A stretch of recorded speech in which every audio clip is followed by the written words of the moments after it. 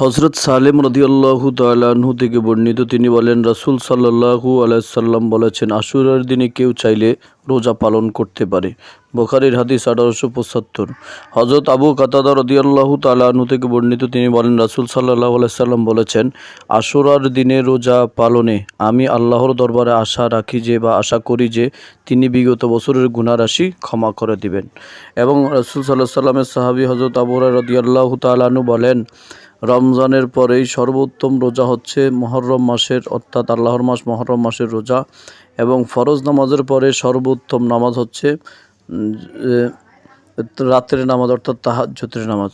এই জন্যে মাহে মুহররমের 9 তারিখ এবং 10 তারিখ চাইলে 2টা রোজাই পালন করতে পারে। সেজন্যে এই ভিডিওটা আপনাদের জন্য করা। আপনারা নিজেরাই রোজা রাখবেন এবং অন্যদেরকে রোজা রাখার জন্য উদ্বুদ্ধ করবেন। ভিডিওটা শেয়ার করে দিবেন। আসসালামু